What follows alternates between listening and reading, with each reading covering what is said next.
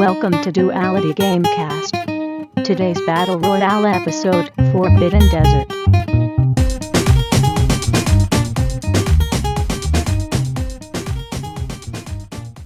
Welcome to Duality Gamecast. I'm Matt. And I'm William. Today we're taking a look at the cooperative game, Forbidden Desert. Forbidden Desert is a cooperative game where your goal is to survive the storm and escape on an ancient flying machine before it consumes you. On a player's turn, they can choose to do 4 actions. They can choose to move, excavate a tile by flipping it over. Look at that, found some water, that's great. You can choose to dig up sand in areas adjacent to you, so I'll move this sand off the game. And last but not least, you can pick up one of the components of the flying machines when you locate. After you've taken your 4 actions for the turn, you're going to reveal cards from the top of the deck based on the threat meter here. In this case, we're set on 3 right now, so let's see what we got. Alright, so the first card says, upside down, says to move the tokens to the right twice. So this is the Eye of the Storm here. Tokens move into the Eye of the Storm. So this one's going to move 1, second token is going to move here. Any tokens that move, you put sand tokens on. If there's more than 1, you flip it face up to show this is now blocked. You can't move into that space. Let's see what the next card does. Next card says the sun beats down. What this does is any characters that are exposed that is not in a solar shield or in a tunnel lose 1 water. Alright, that's not so good. And the third one is the storm picks up, which says move the sandstorm marker up 1. So it goes up 1. Now we're in this area that says 4, which means on the end of the next player's turn, they're going to play 4 cards, making the game even that much harder. Some of the things the tiles can do when you excavate them are give you water. Anyone on that space when you excavate it gets to put 2 water in their canteen. See, this character is on a tunnel space. When you're in a tunnel, you're protected from the sun beats down, and you can move to any other tunnel area on the board. Also, if a spot has this little gear symbol, when you reveal it, you get to pick up a cool piece of gear. This one is a jetpack, lets you move around the board. That's really cool, it's kind of like a free move. Some other things you can do is there'll be clues. Like this one here, this shows that the propeller is somewhere in this row. If you reveal this one here, it shows that this is the area where the propeller goes, and it drops it down here on the board. Now, when anybody gets to that spot, they can spend an action to pick it up, slap it on the little machine here, so they get that much closer to flying away. There's a few other pieces, but the main one you need to worry about is you need to find this one, the launch pad. At the end of the game, once you've assembled the contraption, you have to get to the launch pad, everyone on there at the same time, then you escape and win. Ways you can lose, though, are far more plentiful.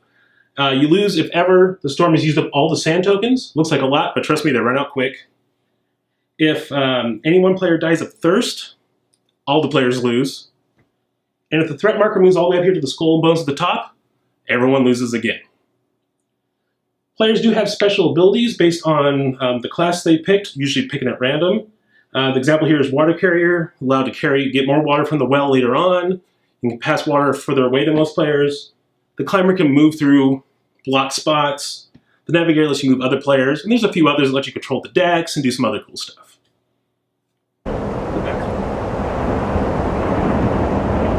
Forbidden Desert, sort of the spiritual successor to Forbidden Island. William, what do you think about how this game plays? Hard. We've beaten it on the standard level, but it's one of those games that every action you take, you feel like you're taking the wrong action. Because you're like, well, there's so much sand on the board, if we wait another turn, if the storm moves 3 spaces this turn, we've lost. So you start digging, but then you're wasting, you're just, there's a lot of stalling, I feel like, in this game. But in a fun, in a stressful, fun sort of way, I want to get that across clear. You're always moving, you're always doing stuff, and you'll get weird situations where someone will be down to 1 water left, no water left, so they'll be hiding in a tunnel, not being able to do anything until someone else brings them water. And there's those type of stressful things where because everyone needs to survive, that you have this cool team dynamic, I feel. And this is a game that you could alpha gamer this game. I mean, obviously things are pretty structured. You don't know what's going to come up exactly in the cards. You can kind of do a little bit of card counting. We've done that a few times. We're like, well, there's 3 suns beats downs, there's 4 in the deck. There's only 3 cards left. One of them's probably going to be that. But because everyone kind of has their own thing and the board's always shifting, you can't say like, I'm going to do this, and then you do this, and you do this. All right, we're good. Everyone do what I say, because as soon as it gets to the next person's turn, it's like, well, wait a minute. Now there's a wall of sand there. I can't go there, or where I was going to move. Now there's an eye. I have the storms there. There's no way to move there. So I think it's cool that any cooperative game, there's got to be communication and stuff like that. I think because there's a little bit of randomness, and because each one has their own distinct ability, and it's all about exploring stuff, you don't get into the entire, like, you need to move to A, I need to move to B, you need to move to C, that's our plan, next loop, we'll figure out the next step. You're always having to do stuff on the fly, and so you can kind of fill out your roles and make you feel like you do something cool. Along that lines, though, I feel like the roles are almost trapped sometimes. Like, no, the water carrier is the only one who can get water out of wells after they've been revealed the first time. I know a few times we played it, I was a water carrier, and I'm like, this is like the best ability ever. Everyone's always out of water, and I spent so much time trying to ferry water to people and not affecting the actual game board that I actually think I cost us more as a result of me trying to, like, here, buddy, have another glass of water. And it's like, well, it's great, everyone's water's full, but I haven't been digging sand, exploring spaces, or doing anything. So it has this cool thing where you have these cool actions and you want to use them, but you're torn because all the cool special abilities usually don't directly fall into the exact win condition, like goal type of a thing. What were you thinking about it? Yeah, it's this is one of those co-op games that I'll come back and play again because of the difficulty. I think the difficulty and the ever-changing board state, like you mentioned, are what mitigate your cooperative game alpha gamer problems. Every turn is sort of a meta game. You have to react more tactical than strategic. So yeah, you do need to make very efficient choices, but everybody's turn has its own unique problems. Mm-hmm. What I love, like, it's a hard game. And as you said in the game explanation at the beginning, there's a number of ways to lose. I think the fact that if any one player's character dies, you all lose is the biggest pressure point. Like, this makes all the decisions harder. Like, mm-hmm. You were talking about the water carrier and how cool it seemed, but then also you're not maybe contributing directly to building the ship or what have you. But you have to keep everyone alive. Yeah. You lose one, you lose everybody. I guess we're like the Marines or something. I don't know. So that pressure, that difficulty is what keeps this game interesting for me. I would also say the theme, like, they built the mechanics of the shifting sands and the storm rising and building up dunes and having to deal with all of that really made the theme come out. Like, they didn't just make a game and then say, what should the theme be? Lost in the desert. Like, they built the system and the theme together. Yeah, the sandstorm is the mechanic, mm-hmm. and the mechanic is a sandstorm. Right. Yeah, that's how you feel. I thought that was genius. You can play different difficulty levels where basically you just start higher up the sandstorm level. So you're flipping more of these cards and you're closer to the skull and crossbones, which is another way to lose. Terrifying. Kind of like one of our previous videos when we talked about ghost stories. I think we normally just play this game kind of on the standard level. Yes. Because it's a hard game. We've played the Legendary, I think, maybe in like a 4-player game, but I think we got our butts kicked. What do you think about the component quality and art? Well, I mean, the little ship is cool. There actually is like a little airship, and there's like a sun crystal that plugs in, and the engine that makes it fly, and they all snap in, and it makes like a little toy.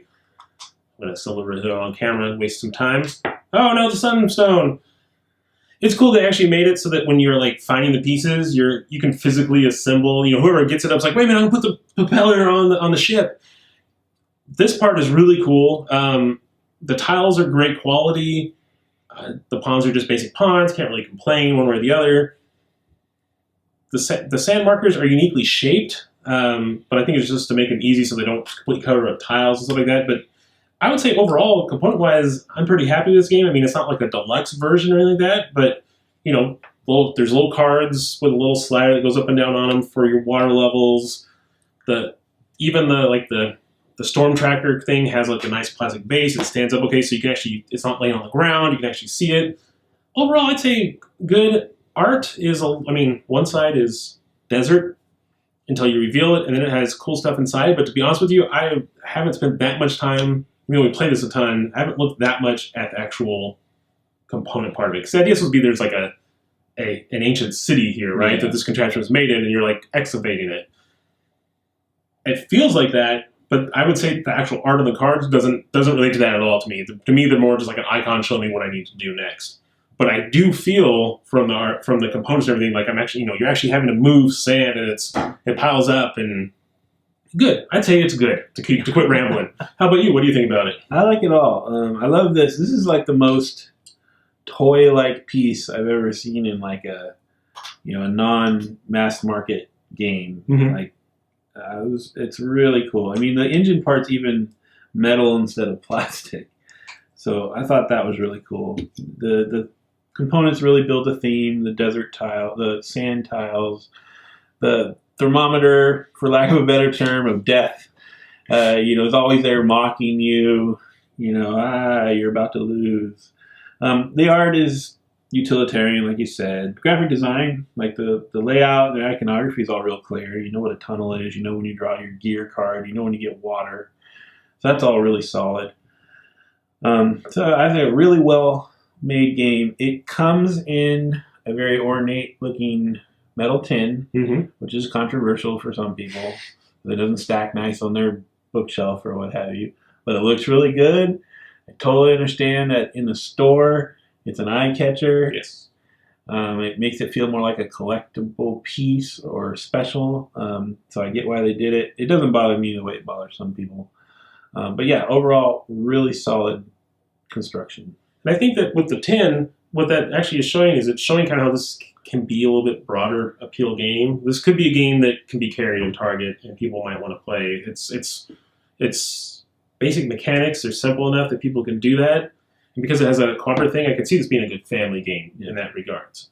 And I think that maybe that's where they're going with that because, was it Forbidden Island? Forbidden Island is a 10 also. So maybe they're just going with that's how all the forbidden stuff is going to be. But it does feel like something that, like people see and think is cool, and it might be like kind of a centerpiece for people. Very cool. Forbidden Desert. I had a lot of fun with this game. It has all the stress you want in a cooperative game, or be like, oh my god, oh my god, oh my god, oh my god, when you're playing it. I'm gonna go with 11 on it. I don't know if it's a must buy. I feel like Forbidden Island, and maybe a couple other cooperatives can all kind of interchange. So I think that you definitely want to get some type of cooperative in this vein that has this type of level of quality. I don't know if this has to be the one for you, but it's definitely a love it for me. Forbidden Desert is a just solid, good co-op. It has the theme and complexity that I need to enjoy a co-op over and over again. It has great component quality. It's sort of the sequel to Forbidden Island, and it didn't just up the quality and change the theme, it upped the difficulty level too. I would probably call Forbidden Island a like it. Forbidden Desert is easily a love it in my book. Check it out. Hey guys, let us know what your favorite co-op is in the instructions below. And can you out here, buddy? Sure. Click on Will to subscribe. And thank you to all these people for helping out. No, Forbidden Isn't. Are you speaking French right now? Or? All right, intro.